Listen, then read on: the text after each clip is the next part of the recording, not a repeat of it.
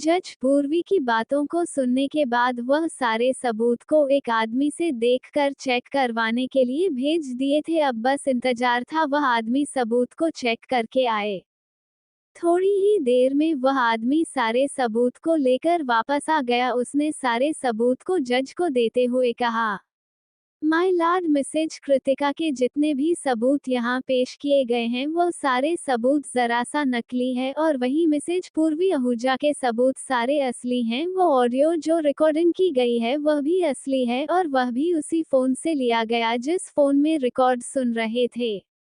उस आदमी की बात सुनकर पूर्वी के चेहरे पर मुस्कुराहट आ गई। वही कृतिका गुस्से में अपना मुट्ठी बंद कर ली।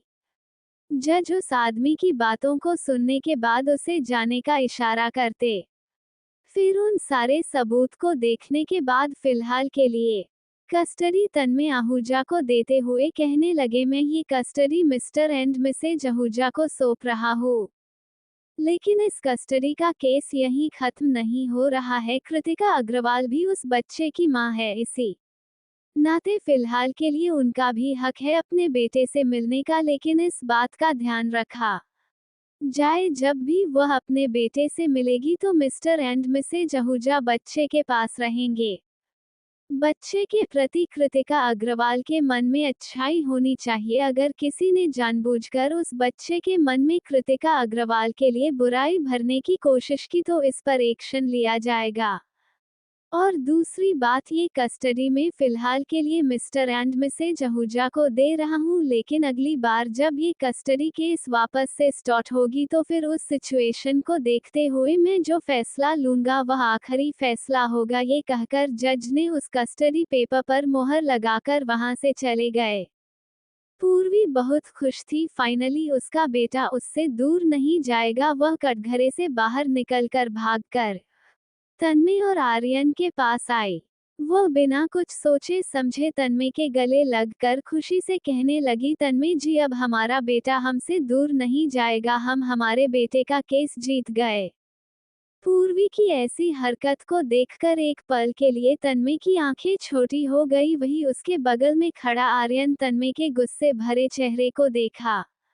जब उसने देखा कि किस तरह तन्मय की आंखें गुस्से से धीरे धीरे लाल हो रही है तो वह जल्दी से उसके हाथ को पकड़कर दबाया। तन्मय ने आर्यन के इशारे को देखकर समझ गया वह उसके गुस्से को शांत करने की कोशिश कर रहा है। वो पहले तो खुद को नॉर्मल किया, फिर पूर्वी के कंधे पर हाथ रखकर उसे खुद से दूर करके उसके चेहरे को देखा। पूर्वी के चेहरे पर अभी भी मुस्कुराहट थी। जब तन्मय ने ये देखा तो कहीं ना कहीं उसे अच्छा लगा। वह ये देखकर खुश था, पूर्वी बार बार हमारा बेटा कह रही थी, ना कि मेरा बेटा। वह पूर्वी को ही देख रहा था। तभी कृतिका पीयूष के साथ वहां आई। कृतिका के चेहरे पर गुस्से साफ नजर आ रहे थे। जब वो पूर्वी और तन्मय को एक साथ देखी तो गुस्से में पूर्वी से कहने लगी, जितना खुश होना है तुम्हें खुश हो जाओ, लेकिन अगली बार मैं अपने बेटे का कस्टडी लेकर रहूंगी। याद है ना जज ने क्या कहा था, अब मैं अपने बेटे से मिल सकती हूँ, अब मैं तुम्हें बताऊंगी। कृतिका की बात सुनकर पूर्वी की नजर उसके चेहरे पर चली गई। पूर्वी के चेहरे पर इस समय शैतान भरी मुस्कुराहट नजर आ रही थी। वो मुस्कुराते हुए कृतिका को देखकर कहती, क्या मैं तुमसे एक सवाल पूछ सकती हूँ? तुम हमेशा मुझे धमकी देती हो, तुम मुझे बताओगी तो क्या तुम मुझे बता सकती हो आखिर आगे चलकर तुम मुझे क्या बताओगी? अगर तुम हमें धमकी देती हो ना तो धमकी को पूरा करने की इच्छा रखो। सिर्फ धमकी देना ही धमकी देना नहीं होता है। मैं तुमसे फर्स्ट टाइम मिली थी तो क्या बोली थी उस दिन? मैं तुमसे कही थी मैं अपने बेटे को तुम्हारे पास कभी भी जाने नहीं दूंगी। भले ही मैं उसकी अपनी माँ नहीं हूँ, लेकिन अपनी माँ से भी बढ़कर उसे उतना ही प्यार दूंगी। और भगवान भी उसी का साथ देते हैं जो सच्चे दिल से उसके बच्चे को सुरक्षित रखते हैं। तुम जो हरकत करती हो वो भले ही कोई ना देखे, लेकिन ऊपर वाला जरूर देखता है। इस बात याद रखना, अगली बार मेरे बेटे को मुझसे दूर करने के लिए सोचोगी तो सोचने से पहले ये सोच लेना रेहान के सामने उसकी माँ यानी पूर्वी तन्मय आहूजा खड़ी रहेगी हमेशा। पूर्वी की बात सुनकर कृतिका गुस्से में उसे देखकर कहने लगी, इस समय तुम घमंड में ये जो कह रही हो ना, वह सारा घमंड में तुम्हारा तोड़कर रहूंगी। अभी फिलहाल के लिए तुम्हें ही मेरे बेटे की कस्टडी क्या मिल गई तो तुम्हें खुशी हो रही है ना, यही खुशी मैं तुम्हारे गम में बदल दूंगी। अभी तुम्हें जितना खुश होना है हो जाओ, आगे चलकर मेरा बेटा मेरे पास ही आएगा, फिर तुम क्या तुम्हारा कोई परिवार भी मेरे बेटे से अगर मिलने की कोशिश किया तो मैं उसे अपने रास्ते से हटा दूंगी। ये कहकर कृतिका गुस्से में वहां से चली गई। कृतिका को जाते हुए देखकर पीयूष एक नजर तन्मय को देखा, फिर शैतान भरी नजरों से उसे देखने के बाद वहां से चले गया। वो दोनों ही वहां से जा चुके थे। ये देखकर तन्मय का वकील मुस्कुराते हुए कस्टडी पेपर तन्मय को देते हुए कहा, मिस्टर आहूजा आप बहुत लकी है जो आपको इस तरह की बीवी मिली, अगर आपकी वाइफ सही समय रहती यहाँ नहीं आती तो शायद ही आपको अपने बेटे की कस्टडी मिलती। यह कहकर वह वकील मुस्कुराया फिर वहां से चले गया। अब वहां पर सिर्फ आर्यन, तन्मय और पूर्वी मौजूद थे। आर्यन ने पूर्वी को देखते हुए हैरान भरी आवाज ने कहा, भाभी आपको कोर्ट पहुंचने में इतना देर कैसे हो गया और आपकी ऐसी हालत कैसे हुई और आपके पास ये सारे सबूत कैसे आए? आर्यन की सवाल भरी लिस्ट को सुनकर पूर्वी के चेहरे पर मुस्कुराहट थी। वह मुस्कुराते हुए आर्यन को देखी, फिर तन्मय को देखकर कहने लगी, मुझे पता है आपके माइंड में भी अभी यही सवाल होंगे लेकिन आप पूछना नहीं चाहेंगे, फिर भी मैं आपको बता देती है। ये सबूत जो मेरे पास थी वह मैं तब रिकॉर्ड की थी जब मेरी मुलाकात कृतिका से एक बार रास्ते में हुई थी। जब मैं कृतिका से मिली थी तब वो मुझसे गुस्से में बातें कर रही थी, तभी मेरे दिमाग में आया कि क्यों ना मैं इसकी बातों को रिकॉर्ड करूं, आगे चलकर कभी ना कभी जरूर काम आएगा। तभी मैं उसके बातों को रिकॉर्ड कर ली थी। जब मेरा एक्सीडेंट हुआ था तब की बात तो मुझे याद नहीं है, लेकिन जब कल आपने मुझे कहा था हमें कोर्ट जाना है कस्टडी केस लड़ने के लिए, तब मुझे एहसास हुआ कि मैं वहां जाकर क्या कहूंगी। आज सुबह ही जब आप लोग यहाँ से निकल गए तब मेरी नज़र मेरे फ़ोन पर गई। मैं फ़ोन लेकर निकल ही रही थी कि तभी मेरी माँ को कॉल आया था। माँ से बात करने के बाद मेरी नज़र उस रिकॉर्डिंग पर चली गई। गलती से मेरा हाथ उसकी रिकॉर्डिंग पर गया था। वहाँ जाने के बाद मुझे जो वह रिकॉर्डिंग मिला तब मुझे एहसास हुआ मैं ये रिकॉर्ड लेकर कोर्ट जाती है और वहाँ पर यह सबूत के तौर पर सुनगी। लेकिन जब मैं कोर्ट के लिए निकली थी तभी रास्ते में एक कार आकर मेरे सामने रुकी और उसमें से कुछ आदमी बाहर निकल के, वो आदमी देखने में बहुत ज्यादा हटे कटे थे। ऐसा लग रहा था वह सारे आदमी किसी के बॉडीगार्ड हैं। पहले तो वह लोग मुझे पकड़ लिए थे और अपने साथ ले जाने की कोशिश कर रहे थे, लेकिन मैं उनसे बहुत मुश्किल से बचते बचाकर कोर्ट पहुंची। उनसे बचने के चक्कर में ही मेरी ऐसी हालत हुई, मुझे उन सब से दूर भागना था। उसी चक्कर में मैं गिरते गिरते बस भागे जा रही थी। जब मैं कोर्ट पहुंची तो मुझे पता चला ऑलरेडी लेट हो चुका है। मैं बड़ी विनती करने के बाद अंदर ही अंदर आई तो मुझे पता चला अभी भी केस चल रहा है और जज कस्टडी कृतिका को देने के बारे में बात कर रहे हैं। सही समय रहते मैं यहाँ आई, फिर आगे जो हुआ वह आपको पता ही है। पूर्वी की बात सुनकर तन्मय की आंखें छोटी हो गई। वो ये जानकर हैरान था किसी ने पूर्वी को पकड़ने की कोशिश किया। वह थोड़ा गुस्से में पूर्वी को देखते हुए, क्या तुम उन लोगों का चेहरा देखी जिन लोगों ने तुम्हें पकड़ने की कोशिश कर रहे थे? तन्मय की बात सुनकर पूर्वी मुंह बनाकर कहती, नहीं, यही तो सबसे बड़ी दिक्कत है। उन लोगों के चेहरे पर नकाब था। हाँ, मुझे ये जरूर याद है, वह जितने भी बॉडीगार्ड थे उनके कपड़े पर लगा स्टैम्प ग्रीन कलर का था और उस पर लिखा हुआ था पीके। पूर्वी के मुंह से पीके शब्द सुनते ही आर्यन और तन्मय की आंखें हैरानी से बड़ी हो गई। उन दोनों को हैरान होते हुए देखकर पूर्वी कंफ्यूज होकर कहती, क्या हुआ, आप दोनों इतना हैरान क्यों हो रहे हैं?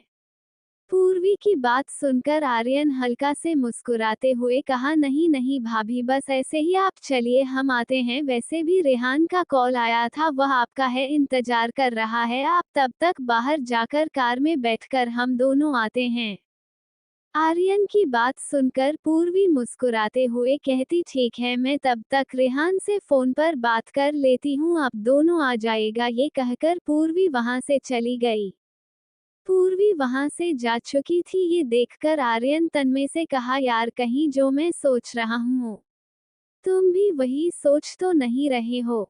आर्यन की बात सुनकर तन्मय बड़े आराम से हाँ में सर हिलाया। जब वह हाँ में सर हिला रहा था तब उसके चेहरे पर कोई भी एक्सप्रेशन नजर नहीं आ रहे थे। उसके चेहरे से लग रहा था वह अभी यह सब जानने के बाद भी बहुत शांत दिख रहा हो। तन्मय को शांत देखकर आर्यन थोड़ा गुस्से में चिढ़ते हुए कहा, तुम उस आदमी के बारे में पूर्वी भाभी के मुंह से जानने के बाद भी इतने शांत कैसे रह सकते हो? तुम्हें पता भी है वह आदमी कौन है, ये बात तुम भी जानते हो, फिर भी अनजान बनने की कोशिश मत करो। हमें तो अभी यह सोचना चाहिए उस आदमी को पूर्वी भाभी के बारे में कैसे पता चला, अगर पता चला भी तो वह पूर्वी भाभी को पकड़ क्यों रहा था, वह भी कोर्ट आने के लिए।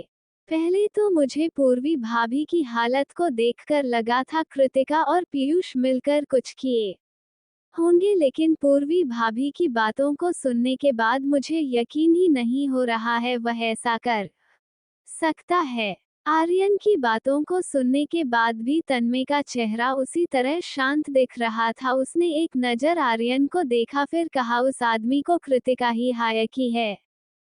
कृतिका मेरे सारे दुश्मनों को बहुत अच्छे से जानती हैं और वो इस समय कोई भी हद पार कर सकती है, वो ये बहुत अच्छे से जानती हैं। अगर उसने अपनी बॉडीगार्ड को भेजकर पूर्वी के साथ कुछ भी करने की कोशिश की तो शायद वह फंस सकती है। वो दिमाग लगाकर काम की है, उसे यह बात पूरी तरह से पता था अगर वह अपने बॉडीगार्ड को भेजकर पूर्वी को कोर्ट आने से रोकेगी तो कोर्ट में एक और सबूत मिल जाएगा उसके खिलाफ। यही सोचकर वह मेरे दुश्मन से हाथ मिलाई और उसे हाथ मिलाने के बाद उससे मदद मांग ली। लेकिन कृतिका ये हरकत करके बहुत बड़ा गलती कर दी है, उसने मेरे दुश्मनों के बीच में पूर्वी को लाकर बिल्कुल भी अच्छा नहीं किया। अगर उस लड़की के चक्कर पूर्वी को कुछ तो मैं उसे खत्म कर दूंगा भी हुआ। Audio by Shakil JX07। तन्मय की बात सुन के आर्यन की नजर उसके चेहरे पर चले गया। ये बात आर्यन भी बहुत अच्छे से जानता था, तन्मय अपने दुश्मनों के बीच में अपने परिवार को कभी भी आने नहीं देता है और अब तो पूर्वी भी उसके परिवार का हिस्सा बन चुकी हैं। भले ही तन्मय पूर्वी को पसंद नहीं करता है, लेकिन ये सच है, पूर्वी अब कहीं ना कहीं आहूजा फैमिली का हिस्सा बन चुकी है। ये सोचकर आर्यन ने तन्मय से कहा, तुम सही कह रहे हो कृतिका, पूर्वी भाभी को तुम्हारे दुश्मनों के बीच लाकर बिल्कुल भी अच्छा नहीं की है। मैं तो तुम्हें यही कहूंगा, तुम एक बार उससे मिलकर देखो, क्या पता वह आदमी सुधरने के काबिल हो। मैं जानता हूँ तुम्हारे दुश्मन इतनी आसानी से सुधरते नहीं है, लेकिन फिर भी कोशिश करना उस आदमी को पूर्वी भाभी के बारे में जरा भी पता ना चले। अगर उसे पूर्वी भाभी के बारे में और कुछ भी पता चला तो वह बहुत अच्छे से तुम्हारा फायदा उठाएगा। आर्यन का बात सुनकर तन्मय शैतान भरी नजरों से उसे देखने लगा, फिर उसे देखकर चुपचाप वहां से निकल गया। तन्मय को इस तरह से जाते हुए देखकर आर्यन ने गहरी सांस लेकर खुद से ही कहा, ये लड़का भी ना कभी कभी तो मेरे समझ से बाहर ही होता है। ये कहकर आर्यन भी वहां से निकल गया। तन्मय आर्यन जब कोर्ट से बाहर निकलकर अपनी कार के पास आया तो उन दोनों की नज़र पूर्वी पड़ गई, जो कार के सहारे खड़ी होकर फोन पर बातें कर रही थी। पूर्वी को फोन पर बातें करते हुए देखकर दोनों ही समझ चुके थे वह इस समय रेहान से बात कर रही है। पूर्वी रेहान से बातें कर रही थी, तभी उसकी नज़र तन्मय और आर्यन पर गई। उन दोनों को देखते ही पूर्वी फोन कट करके चुपचाप कार के अंदर बैठ गई। पूर्वी को कार के अंदर बैठते हुए देखकर वह दोनों भी चुपचाप कार में जाकर बैठ गए। आर्यन ने एक नजर पीछे बैठे तन्मय और पूर्वी को देखा, फिर कार स्टार्ट करके वहां से निकल गया। पूर्वी की नज़र इस समय खाली सड़कों पर थी। वह जब रेहान से बातें कर रही थी, तभी रेहान ने उसे कहा था उसके लिए कुछ लेकर आए। ये सोचकर पूर्वी तन्मय को देखते हुए कहती, अगर आप बुरा ना माने तो मैं क्या एक बात कहूँ। तन्मय का ध्यान इस समय कहीं और ही था। जब उसने पूर्वी की बातों को सुना तो वह आगे की ओर देखते हुए बस हनन जवाब दिया। पूर्वी देखी तन्मय के चेहरे पर कोई भी इमोशन नजर नहीं आ रहे हैं। उसके चेहरे पर कोई भी एक्सप्रेस नहीं थे। वह बिल्कुल किसी शांत मन से बैठा हुआ था। तन्मय का इस हरकत को देखकर पूर्वी को अच्छा नहीं लगा, क्योंकि आज वह रेहान का केस जीत चुकी थी। यह हो जाने के बाद भी उसे तन्मय को मुस्कुराते हुए नहीं देखी। फिलहाल के लिए पूर्वी इस बारे में ना सोचकर तन्मय को देखते हुए कहती, क्या आप कार को एक केक शॉप के पास रोक सकते हैं? क्योंकि रेहान से जब मैं बात कर रही थी तब उसने मुझे कहा मैं और आप मिलकर उसके लिए कुछ लेकर आए। मैं जानती हूँ आप रेहान को बाहर का कुछ भी खाने नहीं देते हैं, इसीलिए मैं सोची हूँ क्यों ना मैं केक शॉप पर जाकर खुद रेहान के लिए केक बनाकर उसके लिए लेकर जाओ। पूर्वी की बात सुनकर तन्मय की नज़र अब जाकर उसके चेहरे पर गया। उसने एक नज़र पूर्वी को देखा, फिर आगे बैठे आर्यन से कहा केक शॉप पर कार रोकना। आर्यन ने जैसे ही तन्मय की बातों को सुना तो हाँ में सर हिलाया। फिर थोड़ी ही देर बाद कार को केक शॉप के बाहर रोका। कार के रुकते ही पूर्वी की नज़र केक शॉप पर गई। वह केक शॉप बहुत ज्यादा बड़ा था, शायद उस शहर का नंबर 1 शॉप था। ये देखकर पूर्वी चुपचाप कार से बाहर निकल गई। पूर्वी कार से निकलने के बाद सीधे शॉप के अंदर आई तो उसकी नज़र वहां के मैनेजर पर गई। मैनेजर को देखकर पूर्वी उसके पास आई, फिर उसे देखकर कहने लगी, हेलो सर, मुझे आपकी मदद चाहिए, क्या आप मेरी मदद कर सकते हैं? पूर्वी की बात सुनकर मैनेजर मुस्कुराते हुए कहा, यस मैडम, हम आपकी क्या मदद कर सकते हैं? मैनेजर की बात सुनकर पूर्वी हल्का सा मुस्कुराई, फिर वहां मौजूद लोगों को देखकर उस मैनेजर से कहने लगी, मैं केक बना सकती हूँ। आई नो कि आपके शॉप पर कस्टमर को केक बनाना अलाउड नहीं है, बस आई रिक्वेस्ट यू प्लीज आप मुझे केक बनाने की परमिशन दे दीजिए। मेरे बेटे को मेरे हाथ की केक बहुत पसंद है और उसने मुझे कहा है मैं उसके लिए केक लेकर आऊं। ऐसे में मुझे आपका शॉप दिखा तो मैं यहीं आ गई। प्लीज मना मत कीजिएगा, मुझे एक बार केक बनाने की परमिशन दे दीजिए, मैं आपको उसकी एक्स्ट्रा पैसे भी दे दूंगी। पूर्वी की बात सुनकर मैनेजर की आंखें छोटी हो गई। थोड़ी देर पहले उस मैनेजर के चेहरे पर मुस्कुराहट थी, वह गायब हो चुकी थी। वह पूर्वी को घूरते हुए कहा, sorry madam, but it's not possible. हमारे शॉप में कस्टमर आकर केक नहीं बना सकते हैं, ये बात यहाँ पर सभी जानते हैं, इनफैक्ट आप भी जानती हैं। Sorry for date but it's not possible. अगर मैंने आपको केक बनाने का अलाउ कर दिया तो यहाँ मौजूद जितने भी कस्टमर हैं वह भी आकर मुझसे यही कहेंगे करने को, और ऐसे में सारे कस्टमर के खरीदने की बजाय खुद बनाकर यहाँ से लेकर चले जाएंगे। मैं आपके विश पूरी करने के चक्कर में अपना नुकसान नहीं करवा सकता। अगर आपको केक ही बनाना है तो अब घर जाकर बना लीजिए। मैनेजर की बात सुनकर पूर्वी का मन उदास हो गया। घर जाकर वह केक बना सकती थी, लेकिन घर पर केक का सामान होगा या नहीं होगा यही पूर्वी को नहीं पता था, और वहां बनने में भी काफी समय लगता। वह सोची थी वह मार्केट से ही केक लेकर जाएगी और रेहान को वह खिलाकर उसको गुड न्यूज बताएगी। ये सोचकर पूर्वी आस भरी नजरों से मैनेजर को देखने लगी। जब मैनेजर ने देखा पूर्वी अभी भी वही खड़ी है तो वह थोड़ा गुस्से में उसे देखने लगा। इससे पहले कि वह मैनेजर कुछ कहता, तभी तन्मय उस केक शॉप के अंदर आकर पूर्वी के बगल में खड़ा हो गया। तन्मय की पर्सनैलिटी बता रही थी वह कितना कूल इंसान है। इस समय तन्मय की आंखें आग की तरफ तेज दिख रही थी, उसकी आंखें थोड़ी सी लाल दिख रही थी। तन्मय ने एक नज़र मैनेजर को देखा, फिर अपने बगल में खड़ी पूर्वी को।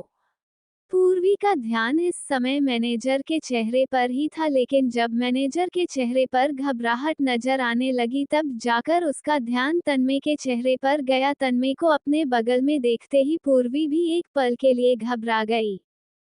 मैनेजर के चेहरे पर से साफ पता चल रहा था वह तन्मय को देखकर कितना घबराया हुआ है। उसने जल्दी से अपने जगह से उठकर काउंटर के पास से बाहर निकलकर तन्मय के पास आकर घबराते हुए कहा, मिस्टर आहूजा। मैनेजर की आवाज सुनकर तन्मय की नजर उसके चेहरे पर गया। उसने एक नजर उसे देखा, फिर पूर्वी के कंधों पर हाथ रखकर थोड़ा गुस्से में उस मैनेजर से कहा, मेरी वाइफ ने जो तुमसे अभी कहा है क्या वह सच में यहाँ पर पॉसिबल नहीं है? तुम्हें पता है ना, मुझे मना करने वाले इंसान बिल्कुल भी नहीं पसंद। अगर तुमने मेरी वाइफ को यहाँ पर केक बनाने की परमिशन नहीं दी तो मैं तुम्हारे दुकान को 1 मिनट में खत्म कर दूंगा। तन्मय की बात सुनकर के पूर्वी हैरान होकर उसे देखती रह गई। वह ये देखकर हैरान थी, तन्मय कहीं भी जाता है तो अपना शैतानी रूप लेकर आता है। एक तो वह बड़ी मुश्किल से मैनेजर बातें कर रही थी, लेकिन बीच में तन्मय वहां आकर उसे धमकी देना शुरू कर दिया। ये देखकर पूर्वी को डर लगने लगा, कहीं मैनेजर और ना भड़क जाए। पूर्वी मैनेजर के कुछ कहने से पहले ही तन्मय के हाथ को पकड़कर उसे देखते हुए हल्का सा मुस्कुराकर कहती, ये आप क्या कर रहे हैं? मैं हूं ना, मैं खुद बात कर लूंगी उनसे, आप यहाँ आकर बात को बढ़ाओ मत।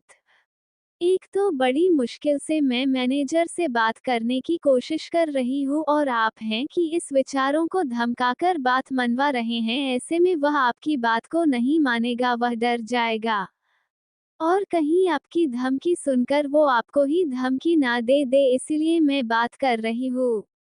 आप चुपचाप ही खड़े रहिए, मैं खुद बात कर लूंगी। ये कहकर पूर्वी मैनेजर को देखकर हल्का सा मुस्कुराकर कहती, सॉरी सर, मेरे हस्बैंड थोड़े गुस्से वाले हैं, आप उनकी बातों का बुरा मत मानिएगा। अगर आप मुझे परमिशन नहीं देना चाहते हैं तो कोई बात नहीं, मैं कहीं और चली जाऊंगी। यह कहकर पूर्वी गुस्से में तन्मय को देखने लगी। इससे पहले कि पूर्वी तन्मय को लेकर वहां से निकलती, मैनेजर जल्दी से पूर्वी के बातों का जवाब देते हुए कहा, नहीं नहीं मैडम, आप कैसी बातें कर रही हैं? आप यहाँ पर केक बना सकती हैं, मुझे नहीं पता था आप मिस्टर अनुजा की पत्नी हैं। I am really sorry. पहले की हुई बदतमीजी के लिए मैं आपसे माफी मांग रहा हूँ। आप यहाँ पर बड़े आराम से केक बना सकते हैं, हम आपको नहीं रोकेंगे। ये कहकर वो मैनेजर अपने चेहरे पर प्यारा सा मुस्कुराहट बरकरार रखा। मैनेजर की बात सुनते ही पूर्वी की आंखें चमक उठी। उसे उम्मीद नहीं थी उसके मना करते ही मैनेजर उसकी बातों को मान लेगा। वह मुस्कुराकर तन्मय को देखते हुए कहती, देखा, मैंने कहा था ना, प्यार से बात करने पर लोग भी आपको इज्जत देंगे। अगर मैं इनसे प्यार से बात नहीं करती ना तो ये हमें कभी भी परमिशन नहीं देता केक बनाने के लिए। अब हटो, मैं जा रही हूँ केक बनाने के लिए, लेकिन मैं आपसे यही विनती करूंगी, यहाँ रहकर फालतू का कोई तमाशा मत कीजिएगा। ये कहकर पूर्वी उस केक शॉप के किचन में चली गई। पूर्वी की बात सुनकर तन्मय की आंखें छोटी हो गई, क्योंकि पूर्वी साफ साफ ये कह रही थी उसकी वजह से मैनेजर ने उसको केक बनाने के लिए अलाउ किया, बल्कि ऐसा बिल्कुल भी नहीं था। मैनेजर तो उसे देखकर ही यहाँ पर केक बनाने के लिए अलाउ कर दिया। आर्यन, जो दरवाजे के पास खड़े होकर यह सब देख रहा था, वह हंसते हुए तन्मय के पास आया, फिर उसके कंधे पर हाथ रख कर कहा, क्या यार, तेरी बीवी है, एक इकलौती है जो तुझसे नहीं डरती है। बाकी पूरा दुनिया तेरे नाम से डरता है। अफसोस तेरी बीवी को तेरा रूप नहीं पता है। शायद जिस दिन तेरी बीवी को तैयार हूँ पता चल जाएगा, उस दिन वह भी वैसे ही डरेगी जैसे पूरी दुनिया तुमसे डरती है। आर्यन का बात सुनकर तन्मय के चेहरे पर शैतान बड़े मुस्कुराहट नजर आने लगा। वो मुस्कुराकर आर्यन से कहा, मेरा रूप वो देख चुकी हैं और वो रूप देखने के बावजूद भी वो मेरे सामने खड़े रहने की हिम्मत रखती हैं, मेरे आंखों में आंखें मिलाकर निडर होकर बात करने की हिम्मत रखती है। उसे क्या लगता है मुझे नहीं पता है वो मेरे रूप को देखी है या नहीं देखी है। तन्मय की बात सुनकर आर्यन कंफ्यूज होकर कहा, तुम कहना क्या चाहते हो, क्या सच में पूर्वी भाभी तुम्हारा असली रूप देख चुकी है, लेकिन कब और तुम्हें कैसे पता? आर्यन की बात सुनकर तन्मय तिरछी नजरों से उसे देखा, फिर उसकी बातों को इग्नोर करके चुपचाप पूर्वी के पास चले गया। तन्मय जैसे ही पूर्वी के पास आया तो उसकी नजर पूर्वी पर गई, जो मुस्कुराते हुए और गुनगुनाते हुए केक बना रही थी। पूर्वी का चेहरा इस समय मैदे की वजह से कार्टून बना हुआ था। शायद इस बात से अनजान पूर्वी को अपने चेहरे के बारे में कुछ भी पता नहीं था। जब तन्मय ने उसके चेहरे को देखा तो देखता रह गया, पूर्वी के चेहरे पर आते हुए उसके लटे उसको परेशान करने की कोशिश कर रही थी, जिसे देखकर तन्मय के चेहरे पर ना दिखने के बराबर मुस्कुराहट दिखने लगी। Audio by Shakil JX07। तन्मय ने देखा पूर्वी को उसके चेहरे पर आ रहे बाल परेशान कर रहे हैं और पूर्वी बार बार अपने गंदे हाथों से उसे ठीक करने की कोशिश कर रही, पर वह बाल ठीक ना होकर वापस से उसके चेहरे पर आकर उसको परेशान किए जा रहा था। ये देखने के बाद तन्मय उसके पास आया। उसने एक नज़र पूर्वी को देखा जो केक बनाने की कोशिश करती, फिर वो पूर्वी के करीब आकर उसके चेहरे पर आ रहे बालों को कान के पीछे किया। पूर्वी का ध्यान इस समय केक बनाने पर था। अचानक से किसी को अपने करीब देखकर एक पल के लिए वो घबरा गई। जब उसे एहसास हुआ उसके बगल में खड़ा तन्मय उसकी मदद कर रहा है तो वह चुपचाप उसको देखती रह गई।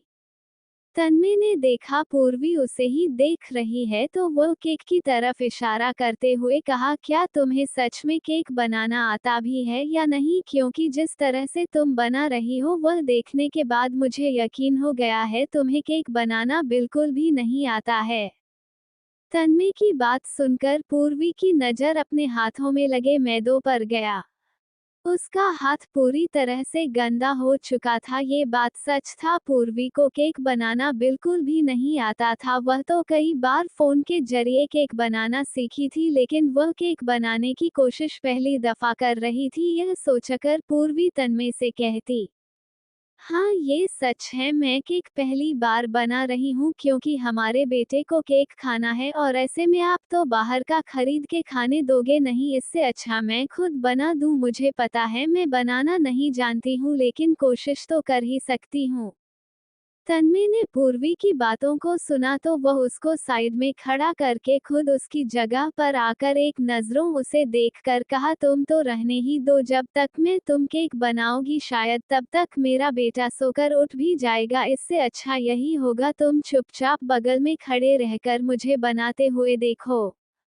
मैं कैसे बनाता हूँ वह सीख लो, आगे चलकर शायद तुम्हें काम आएगा। ये कहकर तन्मय आराम से केक बनाना शुरू किया। तन्मय की बात सुनकर पूर्वी हैरान थी। उसे उम्मीद नहीं थी तन्मय को केक बनाना भी आता होगा। वह तो एक टक तन्मय के चेहरे को ही देखे जा रही थी। केक बनाते समय तन्मय का पर्सनैलिटी जरा भी कम नहीं हुआ।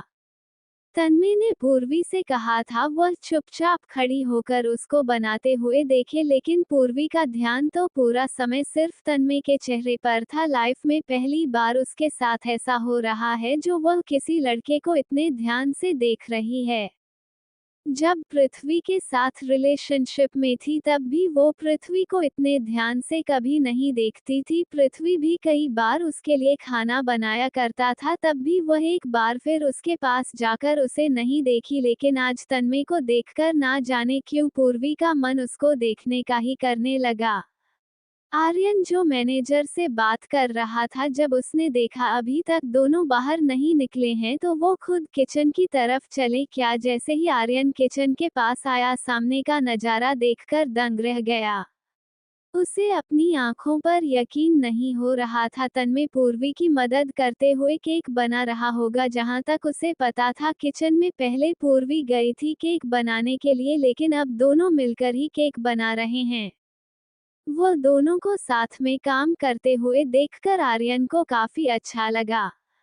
उसने जल्दी से अपने फोन को निकाला, फिर उन दोनों की साथ में तस्वीरें लेने लगा। तस्वीरें लेने के बाद आर्यन ने फिर से उन दोनों को देखकर मुस्कुराया, उसके बाद वहां से चले गया। पूर्वी देखी तन्मय ने केक बना लिया है तो वह मुस्कुराकर तन्मय को देखने लगी। तन्मय के चेहरे पर मैदा लगा हुआ था, ये देखकर पूर्वी को हंसी आने लगी। पूर्वी को हंसते हुए देखकर तन्मय की आंखें छोटी हो गई। उसने तिरछी नजरों से एक पूर्वी को देखा, फिर केक की तरफ इशारा करते हुए कहा, हंसना बंद करो मेरे चेहरे पर। क्या तुम्हें कार्टून दिख रहा है जो तुम मुझे देखकर हंस रही हो? तन्मय की बात सुनकर पूर्वी की हंसी तुरंत गायब हो गई। उसकी नज़र वापस से जैसे ही तन्मय के चेहरे पर गई, उसको वापस हंसी आने लगी। वह हंसते हुए ही अपने हाथों से तन्मय को उसके चेहरे की तरफ इशारा करते हुए कहती, आप पहले अपने चेहरे को देखिए, आप बिल्कुल एक कार्टून की तरह दिख रहे हैं। पूर्वी की बात सुनकर तन्मय की नज़र अब जाकर मिरर पर गया, जो सामने ही दीवारों पर लगा हुआ था। मिरर में अपने चेहरे को देखते ही तरह की आंखें गुस्से से लाल हो गया। पूर्वी उसके चेहरे को देखकर हंस रही है, ये सोचकर उसको गुस्सा आने लगा। उसने गुस्से में पूर्वी को देखा तो उसकी नज़र पूर्वी के पल्लू पर गया। उसने बिना पूर्वी से कुछ कहे उसके पल्लू को लेकर अपने मुंह को साफ करने लगा। पूर्वी इस समय हंसे जा रही थी, लेकिन जैसे ही उसकी नज़र तन्मय के हाथों में पल्लू पर गया तो वह गुस्से में जल्दी से अपने पल्लू को उसके हाथों से खींच ली। इससे पहले कि वो पल्लू अपने हाथों में लेती, तन्मय गुस्से में उसके पल्लू को खींचते हुए उसको अपने करीब कर लिया।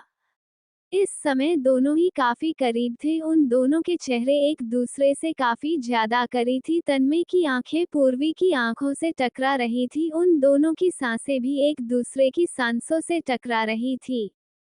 तन्मय का नजर पूर्वी की गहरी आंखों में था, वही पूर्वी की नजर तन्मय के नशीले आंखों पर था। तन्मय के लाल आंखों को देखकर एक पल के लिए पूर्वी घबरा रही थी, लेकिन खुद को तन्मय की बाहों में देखकर उसका वह डर जैसे कहीं गायब हो गया। वो दोनों एक दूसरे को इस तरह से देख रहे थे, तभी वहां पर एक स्टाफ अंदर आया। स्टाफ जैसे ही अंदर आया, वहां का नजारा देख के वह वापस से किचन से बाहर निकलने लगा, लेकिन बाहर निकलते समय ही उसके हाथों से टेबल पर रखा बर्तन नीचे गिर गया। बर्तन के गिरने की आवाज सुनकर दोनों ही अपने होश में आए। पूर्वी को काफी शर्म आने लगा। उसे समझ नहीं आया वो यहाँ से कैसे जाए।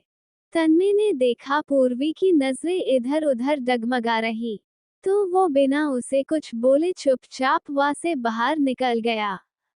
तन्मय को जाते हुए देखकर पूर्वी चैन की सांस लेती।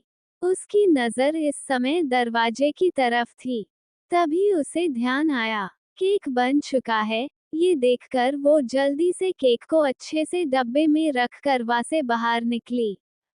थोड़ी देर बाद आहूजा मेंशन में पूर्वी और तन्मय आहूजा मैसेज पहुंच चुके थे। वो दोनों जैसे ही वहां पहुंचे, उन दोनों की नज़र तुलसी आहूजा और देव आहूजा पर गई। हालांकि देव आहूजा और तुलसी आहूजा उन दोनों के साथ ही कोर्ट गए थे, लेकिन तन्मय कोर्ट से लेट निकलने वाला था। ये जानकर वह दोनों पहले ही घर के लिए निकल गए थे।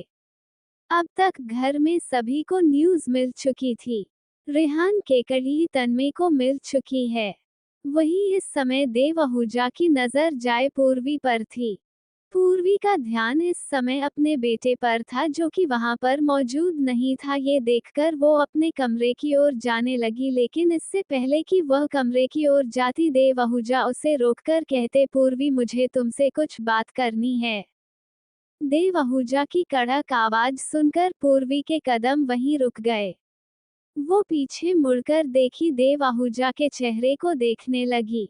देव आहूजा ने देखा पूर्वी रुक चुकी है तो वह चलते हुए पूर्वी के पास आए, फिर पूर्वी को देखकर कठोर आवाज में कहने लगे, वैसे तो कल की हुई हरकत को लेकर मुझे तुम पर काफी गुस्सा आया था, लेकिन आज जब तुम रेहान की कस्टडी के लिए उसकी अपनी मां की तरह कोर्ट में लड़ रही थी, वह देखकर मुझे काफी अच्छा लगा। कल मैं तुमसे काफी गुस्सा था, लेकिन आज जब मैंने देखा तुम किस तरह से अपने बेटे की कस्टडी के लिए लड़ी, किस तरह से तुम सच्चाई की तरफ जाकर उन सभी से लड़ने की कोशिश कर रही थी, वह सब देखने के बाद मेरे मन में तुम्हारे लिए जो प्रति बुराई थी वह खत्म हो गई। मैं बहुत खुश हूँ तुम मेरे पोते की माँ बनी हूँ। इसी खुशी में मैं कल घर एक अच्छी सी पार्टी रख रहा हूँ और मैं चाहता हूँ वह पार्टी तुम ऑर्गेनाइज करो। देव आहूजा की बात सुनकर उसकी बगल में खड़ी तुलसी आहूजा की आंखें छोटी हो गई। रेहान की कस्टडी मिल चुकी थी, लेकिन कहीं ना कहीं उन्हें अपने पति की बातें बिल्कुल भी पसंद नहीं आया। घर में कोई पार्टी हो या फिर कोई फेस्टिवल, हर चीज का ऑर्गेनाइज ही खुद देखती थी। यह सोचकर तुलसी आहूजा गुस्से में अपने पति से कहती, यह आप क्या कह रहे हैं? जब आपको पता है घर की देखरेख मेरे हाथ में है, तो फिर आप इस लड़की को कैसे कह सकते हैं पार्टी की देखरेख करने के लिए? तुलसी आहूजा की बात सुनकर वहां मौजूद सभी लोगों की नजर उसके चेहरे पर चले गया। जब पूर्वी देखी कि किस तरह से तुलसी आहूजा गुस्से में है, तो वह देव आहूजा को देखकर कहने लगी, दादाजी दादी माँ सही कह रही हैं, मुझसे ये सब नहीं हो पाएगा। मैं तो इस घर में नई नई आई हूँ, ऐसे में अगर मुझे इतना बड़ा काम सौंप दिया जाएगा तो मैं कैसे कर पाऊंगी? मुझे खुशी हुई आप मुझे इस लायक समझे। वैसे भी घर के सारे देख रेख दादी माँ करती है, तो कल की पार्टी भी वही देखेगी। पूर्वी और अपनी पत्नी की बात सुनकर देव आहूजा थोड़े दर सोच में पड़ गए। फिर कुछ देर बाद पूर्वी को देखते हुए कहते, मैंने जो कह दिया सो कह दिया। कल की पार्टी की सारी देखरेख पूर्वी करेगी। मेरी बात पत्थर की लकीरें की तरह है, और मेरी बात अगर किसी ने मना करने की कोशिश की तो मुझसे बुरा कोई नहीं होगा। ये कहकर देव आहूजा वहां से गुस्से में चले गए। देव आहूजा की गुस्से भरी बातों को सुनकर वह सभी लोग घबरा चुके थे, सिर्फ तन्मय को छोड़कर। वो अपने फैमिली के तमाशे को देखकर काफी बोर हो चुका था। वह एक नज़र अपने पूरे परिवार को देखा, फिर चुपचाप अपने कमरे में चले गया। पूर्वी देखी सब लोग उसे ही घूर रहे हैं तो उसे काफी अनकंफर्टेबल फील हुआ। वह चुपचाप एक बार तुलसी आहूजा को देखकर वहां से कमरे में चली गई। वह नहीं चाहती थी वहां रुककर उनकी कोई कड़वी बातें सुने। पूर्वी जैसे ही कमरे में आई, उसकी नजर अपने बेटे पर गई। रेहान इस समय बेड पर बैठकर फोन चला रहा था। जैसे ही उसने अपनी मम्मा को देखा, उसके चेहरे पर खुशी झलकने लगी। वह मुस्कुराकर पूर्वी से कहा, मामा आप आ गई। रेहान की आवाज सुनकर पूर्वी पूरे कमरे को देखने लगी। वह तन्मय को ढूंढ रही थी, क्योंकि तन्मय ने कमरे में ही आया था, पर उसे कमरे में तन्मय कहीं भी दिखाई नहीं दिया। ये देखकर पूर्वी केक का डब्बा लेकर रेहान के पास आके मुस्कुराकर केक का डब्बा उसके सामने रखते हुए कहने लगी, आपके डैडी कहाँ है? क्या वह कमरे में आए थे? पूर्वी का इतना ही कहना था, तभी बाथरूम से बाहर निकलते हुए तन्मय ने पूर्वी को देखते हुए कहा, मुझे 2 मिनट भी बिना देखे रह नहीं सकती हो? क्या तुम्हारी आंखों को मुझे देखने की आदत पड़ गई है, जो मैं 2 मिनट में ना दिखूं? तो तुम बेचैन होने लगती हो, कहीं तुम्हारे दिल में मेरे लिए कुछ कुछ होता तो नहीं है? अगर होता है तो मैं तुम्हें पहले ही बता रहा हूँ। अपने दिल से मेरा ख्याल निकाल लो, क्योंकि तन्मय आहूजा किसी के दिल में आने वालों में से नहीं है, और तुम तो मेरे नजरों में मेरी सबसे बड़ी दुश्मन हो। तो गलती से भी अपने दिल में मेरे लिए जगह मत बनाना और मुझसे प्यार मत करने बैठ जाना, वरना आगे चलकर तुम्हारा दिल शीशे की तरह टूट जाएगा। ये कहकर तन्मय गुस्से में कमरे से बाहर निकल गया। Audio by Shakil JX07। तन्मय की बातों को सुनकर पूर्वी का मुंह बन चुका था, क्योंकि तन्मय अपने ही मन में उसके लिए बुरे बुरे ख्याल बनाता रहता है और बेमतलब का उसे ही सुनाता रहता है, बल्कि उसकी तो इन सब में कोई गलती भी नहीं रहती है। ये सोचकर पूर्वी मुंह बनाकर रेहान को देखने लगी। रेहान इस समय केक खा रहा था, लेकिन उसने अपने डैडी की बातों को पूरी तरह से सुन चुका था। जब उसने अपनी मम्मा के मुंह बने चेहरे को देखा तो उसको काफी हंसी आने लगा। और जोर जोर से हंसने लगा। वह हंसते हुए ही पूर्वी से कहा, मम्मा कभी कभी डैडी ना पागलों जैसी बातें करते हैं।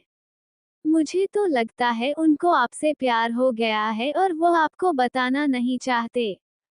रेहान की बात सुनकर पूर्वी उसे घूरते लगी, क्योंकि रेहान सच ना होने वाली बातों को ही कह रहा था। ये सोचकर पूर्वी रेहान को घूरते हुए कहती, ऐसा बिल्कुल भी नहीं है। आपके डैडी ने अभी जो कहा है वह सब बस उन्होंने ऐसे ही कहा है। हम दोनों पति पत्नी हैं, इसका मतलब यह नहीं हम दोनों एक दूसरे से प्यार करते हैं। हम दोनों तो आपसे बहुत प्यार करते हैं।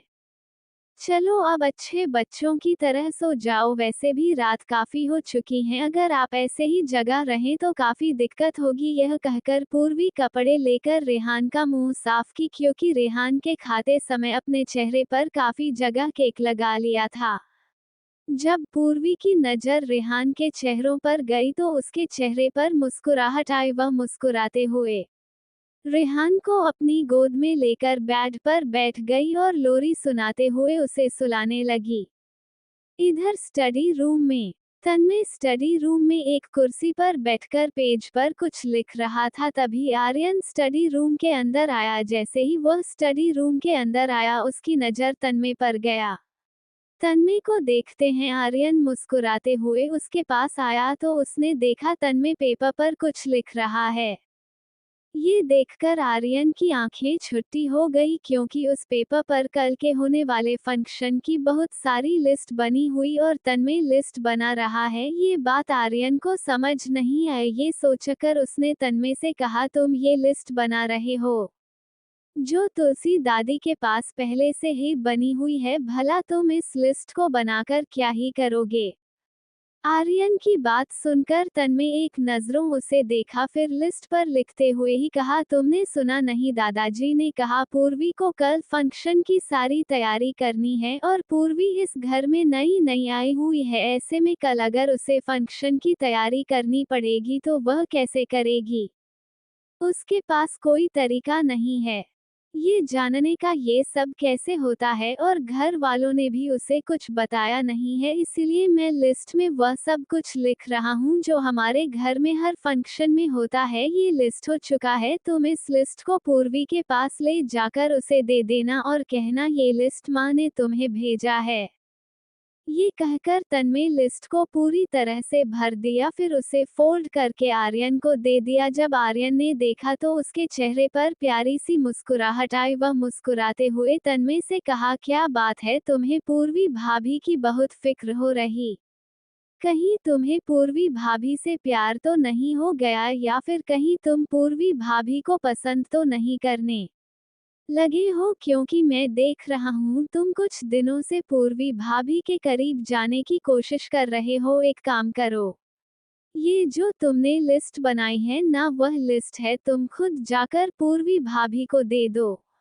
अगर मैं गया तुम मुझे झूठ नहीं बोला जाएगा पूर्वी भाभी से, इससे अच्छा यही होगा तुम खुद उनको दे दो और अपने तरीके से समझा भी देना। ये कहकर आर्यन अपने कदम पीछे लेकर वहां से जाने लगा।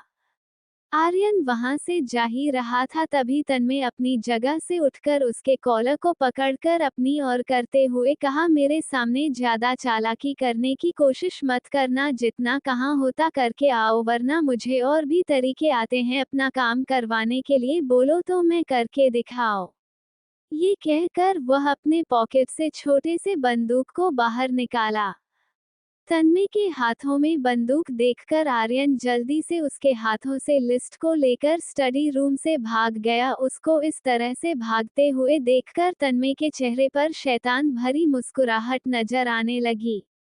आर्यन स्टडी रूम से बाहर निकलने के बाद पूर्वी के पास आया तो उसने देखा पूर्वी रेहान को सुला रही है। ये देखकर वह मुस्कुराते हुए कमरे के अंदर आया, फिर पूर्वी को लिस्ट देते हुए कहा, भाभी जी, माँ ने कहा है ये लिस्ट मैं आपको दे दूँ। कल जो पार्टी होने वाली है उसमें जो भी सामग्री जो भी सामान लगेंगे वह इसमें दे दिए गए हैं, और इसमें कुछ गेस्ट के नाम है जिसको कॉल करके इनवाइट करना है। तो आपको सारे गेस्ट को सुबह सवेरे ही कॉल करना पड़ेगा, क्योंकि शाम में पार्टी होगी तो हमें कुछ घंटे पहले ही गेस्ट को इन्फॉर्म भी करना पड़ता है। जो जो सामान इस लिस्ट में है वह सामान मैं आपको कल लाकर दे दूंगा, लेकिन बाकी सारा चीज आपको खुद ही देखना पड़ेगा। ये कहकर आर्यन ने उस लिस्ट को बेड पर रखकर चुपचाप कमरे से बाहर निकल गया। पूर्वी देखी लिस्ट बेड पर रखा हुआ है तो वह रेहान को बेड पर सुलाई, फिर उस लिस्ट को लेकर देखने लगी और उसमें क्या क्या लिखा हुआ है। लिस्ट को पढ़ने के बाद पूर्वी के चेहरे पर प्यारी सी मुस्कुराहट नजर आने लगी। इधर दूसरी तरफ तुलसी आहूजा का कमरा। इस समय तुलसी आहूजा के साथ किरण आहूजा भी बैठी हुई थी और देव आहूजा कमरे में मौजूद नहीं थे। तुलसी आहूजा इस समय गुस्से में बैठकर किरण को देख रही थी। जब किरण आहूजा देखी तुलसी आहूजा उससे ही देख रही है तो वह तुलसी आहूजा के हाथों को पकड़कर उन्हें समझाते हुए कहती, माँ आप क्यों फिक्र कर रही हैं, मैं जानती हूँ पापा ने जो किया है वह सब देखकर आपको बहुत गुस्सा आ रहा है। इनफैक्ट मुझे भी काफी गुस्सा आया था जब पापा आपके काम को पूर्वी को सौंप दिए, लेकिन अब हम कुछ कर भी नहीं सकते हैं, जो होना था वह हो गया है। आप इस तरह से अगर बैठी रहोगी तो पापा समझ जाएंगे आपका मूड बिल्कुल भी ठीक नहीं है और वह बेमतलब का आप पर और गुस्सा होंगे। किरण आहूजा की बात सुनकर तुलसी आहूजा गुस्से में से देखकर कहती, मुझे भी पता है, ये सब कुछ तुम्हें बताने की कोई भी जरूरत नहीं है। एक तो बड़ी मुश्किल से मैं अपने पति की नजरों में पूर्वी को नीचे गिराई थी। अगर कल मैं उस पूर्वी को मंदिर जाते हुए नहीं देखती तो शायद मैं अपने पति को उस पूर्वी के खिलाफ नहीं भड़का पाती। वह तो मेरे पास बहुत अच्छा मौका था अपने पति के कान भरने का, वरना वह पूर्वी तो पूरे परिवार को अपने काबू में कर चुकी होती। मुझे तो लगता है अब मुझे खुद तन्मय से जाकर बात करनी पड़ेगी। ये लड़की कुछ ज्यादा ही चालाक बनने की कोशिश कर रही है। जब से घर में आई है तब से मेरा पति और साथ ही तुम सबका पति भी इसकी बातों को मानकर इसे अच्छे से सहला भी देता है। और मैं जिस तन्मय को इतना खतरनाक बनाई वह तन्मय भी पूर्वी के सामने भीगी बिल्ली बन जाता है। मैं सोची थी तन्मय अपना रूप पूर्वी को हर रोज दिखाएगा, लेकिन तन्मय के बदलते व्यवहार को देखकर मुझे डर लग रहा है कहीं मेरा पोता वापस से वैसा ही ना बन जाए जैसा वह कृतिका से शादी करने के बाद बन चुका था। मैं नहीं चाहती हूँ मेरे पोते को वापस से धोखा मिले और वह फिर से टूट जाए। बड़ी मुश्किल से अपने पोते को मैं पैरों पर खड़ा करके वापस से उसे खतरनाक बनाई हूँ और यह पूर्वी उसके लाइफ में आकर सब कुछ बर्बाद करने का प्लान बना कर रखी है। उसे इतनी आसानी से यह जो काम मिल गया है ना, उसे तो मैं पूरा होने नहीं दूंगी। उसे क्या लगता है मैं इतनी आसानी से उसे छोड़ दूंगी? बिल्कुल भी नहीं। कल पार्टी में सभी के सामने उसका बेइज्जती ना हो गया तो मेरा नाम भी तुलसी आहूजा नहीं। तुलसी आहूजा की बात सुनकर किरण आहूजा मुस्कुराते हुए उसे देखकर कहती, आप फिक्र मत करो माँ, मैं भी आपके साथ हूँ, आप बस एक बार ऑर्डर देना, मैं तुरंत उसे पूरा कर दूंगी। वैसे भी उस पूर्वी को तो पता तक नहीं है पार्टी ऑर्गेनाइज कैसे करते हैं। मुझे पूरा यकीन है उससे कोई ना कोई गलती जरूर होगी और एक गलती उस पर बहुत भारी पड़ेगी। किरण आहूजा की बात सुनकर तुलसी आहूजा शैतान भरी नजरों से उसे देखने लगी। वह दोनों ही एक दूसरे को देखकर मुस्कुरा रहे थे। वहीं दूसरी तरफ समीर इस समय सोफे पर बैठकर टीवी देख रहा था। उसके बगल में बैठा उसका दोस्त तरुण उससे कुछ बातें कर रहा था। तभी समीर का फोन रिंग हुआ। फोन पर पूर्वी का फोन आते हुए देखकर समीर ने एक नज़र तरुण को देखा। जब तरुण ने देखा है समीर उसे देख रहा है तो वह कंफ्यूज होकर इशारों में ही पूछा, क्या हुआ? तरुण के इशारे को देखकर समय अपने फोन को आगे करके उसे दिखाया और कहा, पूर्वी मुझे क्यों कॉल कर रही है, वह भी इस समय इतनी रात को? तो वह घर पर ही हो सकती हैं। समीर की बात सुनकर तरुण ने एक नज़र फोन को देखा, फिर मुस्कुराते हुए कहा, हाँ तो तुम एक बार उठा लो फोन, क्या पता कोई इम्पोर्टेंट बात हो। वैसे भी तो कौन सा पूर्वी को पता है तुम तन्मय छोटे भाई समीर हो। तरुण की बात सुनकर समीर ने हाँ में सर हिलाया, फिर फोन उठाकर अपने कानों पर लगाया। इससे पहले कि समीर कुछ कहता, फोन की दूसरी तरफ से पूर्वी मुस्कुराते हुए कहती, समीर भाई क्या आप कॉल पर हो? पूर्वी की खुशी भरी आवाज को सुनकर समीर से मुस्कुराते हुए कहा, हाँ पूर्वी मैं कॉल पर ही हूँ, लेकिन तुम मुझे इस समय कॉल क्यों की हो? समीर की बात सुनकर पूर्वी हंसते हुए कहती, भाई कल मेरे घर में बहुत बड़ी पार्टी रखी गई है, मैं चाहती हूँ आप भी वहां पर आओ, मेरे मॉम डैड भी आ रहे हैं। वैसे तो मैं अपने हस्बैंड से बोल चुकी हूँ, मैं अपनी तरफ से भी किसी को बुला रही हूँ, तो इसीलिए मैं चाहती हूँ आप भी यहाँ पर आएं और मेरे बच्चे को आशीर्वाद दें। पूर्वी की बात सुनकर समीर हैरान हो चुका था। वह हैरानी भरी आवाज में कहता, ये तुम क्या कह रही हो पूर्वी, में भला वहां कैसे आ सकता हूँ? मुझे तो पता भी नहीं है वह लोग कौन है, और उन लोगों को भी शायद नहीं पता मैं कौन हूँ। पूर्वी जब समीर की बातों को सुनी तो वो मुस्कुराकर कहने लगी, अरे भाई आप फिक्र मत करो, मैं सबसे कह दूंगी आप मेरे भाई जैसे हो, और वैसे भी आप बिल्कुल भी फिक्र मत करो, मेरे मम्मी पापा भी आ रहे हैं तो मैं उनसे भी आपको मिलवा दूंगी। आपको तो पता ही है ना, मेरे मम्मी पापा आपके बारे में जानते हैं लेकिन आपसे कभी मिले नहीं है। मैं कुछ नहीं सुनना चाहती हूँ, कल आपको आहूजा मेंशन आना ही पड़ेगा, मेरे लिए नहीं कम से कम मेरे बेटे के लिए आ जाए, क्योंकि मैं अपने बेटे की कस्टडी जीत कर आई हूँ। और उसी खुशी में दादाजी ने कहा है घर में पार्टी रखी जाए, मैं चाहती हूँ आप भी आए, अगर आप नहीं आए तो मैं कभी भी आपसे बात नहीं करूँगी। पूर्वी की बात सुनकर समीर ने तरुण को देखा तो तरुण पलके झपकाया, जिसे देखकर समीर मुस्कुराते हुए कहा, ठीक है मैं आ जाऊंगा। समीर की बात सुनते ही पूर्वी तुरंत फोन कट कर दी। समीर के चेहरों पर परेशानी साफ दिख रही थी। जब तरुण ने ये देखा तो वो मुस्कुराते हुए उसे कहा, तुम चिंता मत करो, वैसे भी आहूजा फैमिली तुम्हें नहीं पहचान पाएगी, तुम आराम से सबसे मिल भी सकते हो, किसी को भी तुम्हारा चेहरा बिल्कुल भी पता नहीं है। Audio by Sakil Jacks 07। Aryan के दिए हुए लिस्ट को देखने के बाद पूर्वी वह सब कुछ तैयारी कर चुकी थी, अब बस इंतजार था गेस्ट आने का। पार्टी दोपहर में होने वाली थी, यह बात सुबह ही पूर्वी सभी को इन्फॉर्म कर दी थी। वैसे तो पार्टी शाम में होने वाला था, लेकिन देव आहूजा को इम्पोर्टेंट काम हो जाने की वजह से पार्टी का समय है बदलना पड़ा। पूर्वी अपने कमरे में तैयार हो रही थी, तभी तन्मय कमरे के अंदर आया। उसने देखा पूर्वी तैयार हो चुकी है तो वह चुपचाप कबर्ड से अपने कपड़े निकालकर बाथरूम चले गया। थोड़ी ही देर में बाथरूम से बाहर निकलकर वह भी मिरर के सामने खड़े होकर परफ्यूम लगाने लगा। पूर्वी इस समय रेहान को तैयार कर रही थी। जब वह देखी किस तरह से तन्मय परफ्यूम लगा रहा है तो वह उसे देखकर कहने लगी, मेरी मदद करने के लिए आपका बहुत बहुत शुक्रिया। मैं जानती हूँ कल आर्यन जो लिस्ट लेकर आए थे वह माने नहीं बल्कि आप बनाकर भेजे थे।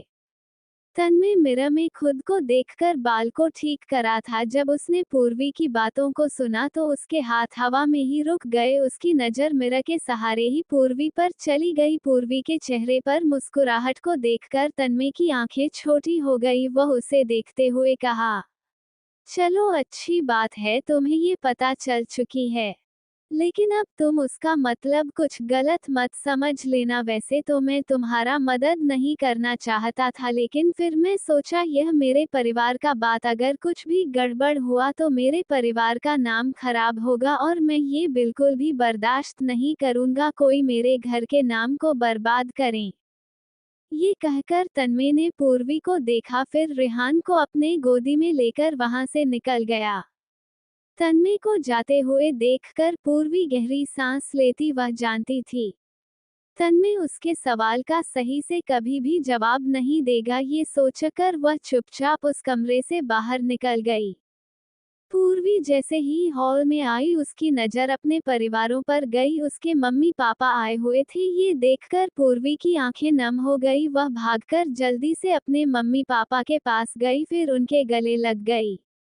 इस समय हॉल में पूरा आहूजा परिवार मौजूद था। तुलसी आहूजा का तो मुंह बन चुका था जब उन्होंने पूर्वी के परिवार को वहां देखी, लेकिन तन्मय के चेहरे पर मुस्कुराहट थी। वह मुस्कुराकर पूर्वी के मम्मी पापा के पास आकर उनके पैर छूकर आशीर्वाद लिया। जब पूर्वी ये देखी तो वह एक साइड होकर तन्मय को देखने लगी।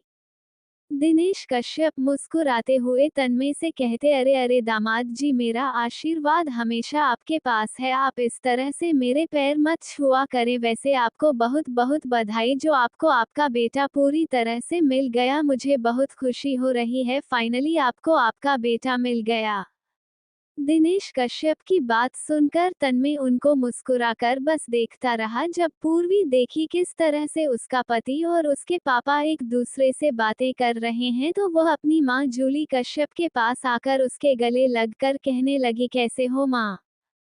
पूर्वी की बात सुनकर जूली कश्यप के चेहरे पर मुस्कुराहट आ गई। वह मुस्कुराते हुए कहती, मैं बिल्कुल ठीक हूँ बेटा, आप कैसे हो?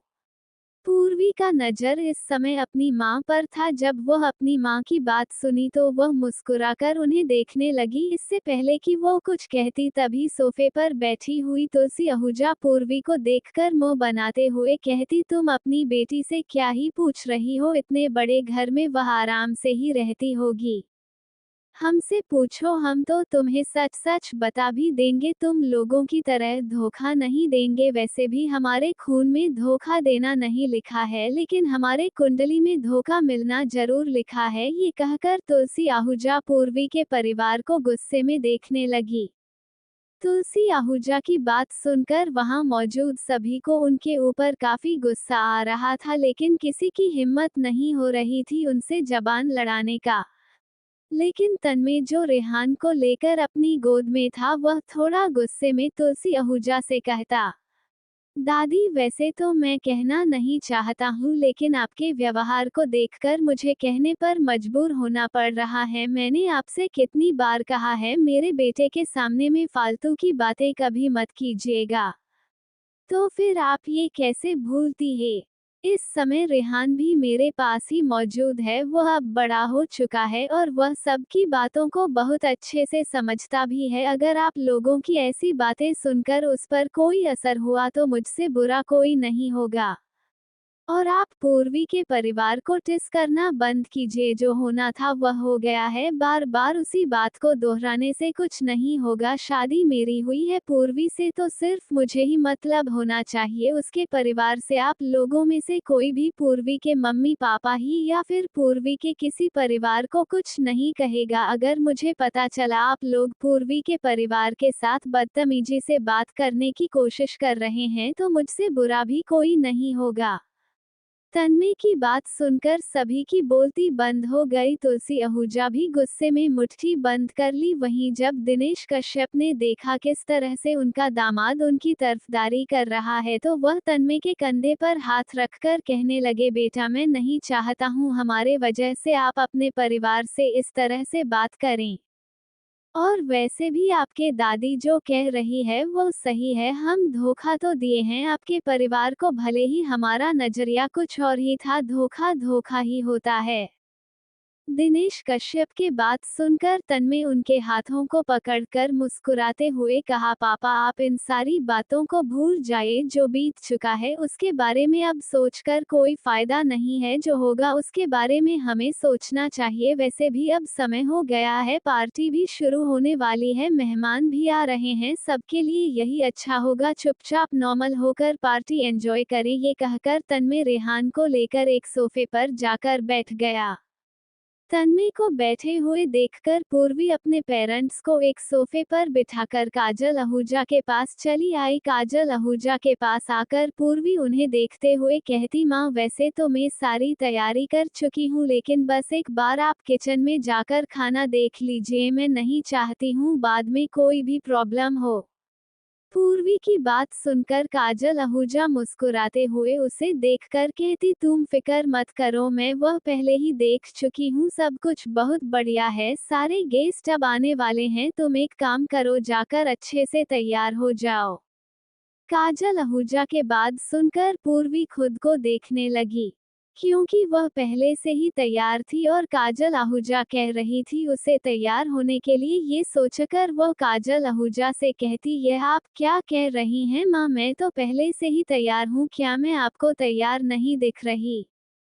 पूर्वी की बात सुनकर काजल आहूजा उसको ऊपर से नीचे देखने लगी। उसे इस तरह से देखने के बाद काजल आहूजा के चेहरों पर मुस्कुराहट आई। वह मुस्कुराते हुए उसे देखकर कहती, मेरा मतलब है तुम्हारे हाथ और कपड़े थोड़े गंदे हो गए हैं, तुम वह साफ करके आ जाओ। क्या तुम इस तरह से मेहमानों के सामने जाओगी?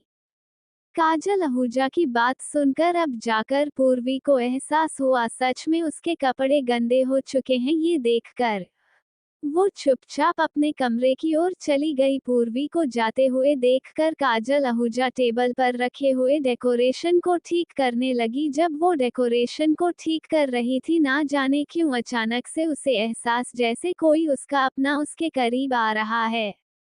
यह एहसास होते हैं उनकी नज़र दरवाजे की तरफ चले गया, लेकिन दरवाजे के पास कोई नहीं था। ये देखकर काजल आहूजा का मन उदास हो गया, कुछ देर के लिए ही सही, लेकिन उन्हें ऐसा लगा जैसे कोई अपना बिछड़ा हुआ उसके पास आ गया है। वो ये सब सोच ही रही थी, तभी आर्यन दरवाजे की तरफ देखते हुए तन्मय से कहा, वह लड़का कौन है? आर्यन की आवाज सुनकर सभी की नजर दरवाजे के पास खड़े समीर पर चले गया। समीर दरवाजे के पास खड़े होकर उन सभी को ही देख रहा था। इतने सालों बाद अपने परिवार को देखकर समीर की हिम्मत नहीं हो रही थी घर के अंदर अपने पैर रखने का। जब तन्मय ने समीर को देखा तो वह अपनी जगह से उठ खड़ा हुआ, फिर उसे देखता ही रह गया। ना जाने क्यों उसको देखकर तन्मय को अपने दिल में बहुत भारीपन महसूस हुआ। ऐसा लगा जैसे कोई उसका अपना उसके नजरों के सामने है। वो सब उस लड़के को देख रहे थे क्योंकि वह लड़का पूरे आहूजा फैमिली के लिए अनजान था। इससे पहले कि देव आहूजा कुछ कहते हैं तभी पूर्वी हॉल में आए। हॉल में आते ही उसकी नज़र दरवाजे के पास खड़े समीर पर चली गई। समीर को देखते हैं पूर्वी के होठों पर बड़ी सी मुस्कुराहट दिखने लगा। तन्मय का ध्यान दरवाजे के पास खड़े समीर पर था, लेकिन जैसे ही उसने देखा पूर्वी भागते हुए उस लड़के के पास जाकर उसे गले लग गई तो उसकी आंखें छोटी हो गई। घर में मौजूद जितने भी लोग थे वह भी पूर्वी की इस हरकत को देखकर हैरान थे। ऑलमोस्ट कुछ गेस्ट आ चुके थे, लेकिन कुछ अभी भी बाकी है। पूर्वी अभी भी समीर के गले लगे हुए थी। जब समीर ने ये देखा सभी घरवाले उसे ही देख रहे हैं तो वो पूर्वी को खुद से दूर करके मुस्कुराते हुए कहा, कैसे हो पूर्वी? समीर की बात सुनकर पूर्वी के चेहरे पर मुस्कुराहट आई। वो मुस्कुराते हुए समीर से कहती, मैं बिल्कुल ठीक हूँ भाई, मुझे पता था आप जरूर आओगे, आप अपने छोटी बहन को उदास नहीं देख सकते हैं, चलो घर के अंदर मैं आपको सभी से मिलवाती हूँ। ये कहकर पूर्वी समीर का हाथ पकड़कर जबरदस्ती घर के अंदर लेकर आई। पूर्वी के अचानक अंदर लेकर आने की वजह से समीर के पैर तुरंत घर के अंदर आ गए। घर के अंदर कदम रखते हैं समीर को अपनी बचपन की यादें याद आने लगी। बचपन में किस तरह से वह घर में अपने भाई के साथ, अपने माँ बाप के साथ खेला करता था और आज उसी घर में एक अनजान बनकर सबसे मिलने आया है। तन्मय की नज़र तो इस समय पूर्वी के हाथों पर थी जो समीर का हाथ पकड़े हुए थे। उसे इस तरह से देखकर तन्मय चीते की नज़रों से उसे घूरता गया। पूर्वी समीर को लेकर सबसे पहले अपने मम्मी पापा के पास आई। उन दोनों के पास आते ही वो अपने पापा को देखते हुए कहती, पापा आपको याद है ना, मैं आपको कहती थी एक भाई हैं जो मुझे बहुत प्यार करते हैं और मुझे छोटी बहन मानते हैं। मैं कहते थी ना, मेरा भाई नहीं है लेकिन वो मेरे भाई की कमी पूरी करते हैं। ये वही है, इनका नाम समीर है। आज मैं सोच ली थी इनको मैं आप लोगों से मिलवा कर रहूंगी। पूर्वी के मुंह से उस लड़के का नाम सुनकर फैमिली के नजरे समीर के चेहरों पर चले गया। समीर नाम सुनते हैं काजल आहूजा के हाथों में रखा है बुके का फूल टेबल पर जाकर गिरा। समीर नाम सुनते ही काजल आहूजा के हाथ कांपने लगे। समीर खड़े होकर एकटक वहां सभी को देख रहा था। जब उसने पूर्वी के मुंह से अपने मम्मी पापा के बारे में जाना तो वह नीचे झुककर उन दोनों का आशीर्वाद लिया। पूर्वी धीरे धीरे करके समीर को सबसे मिलवाए और सभी बहुत अच्छे से समीर से मिले भी। पूर्वी जब देखी काजल, आहूजा और तन्मय अभी भी बचे हुए हैं तो वो समीर को देखते हुए कहती, चलो भाई, मैं अब आपको अपने पति और अपनी माँ से मिलवाती हूँ। ये कहकर पूर्वी समीर को लेकर तन्मय के सामने आकर खड़ी हो गई।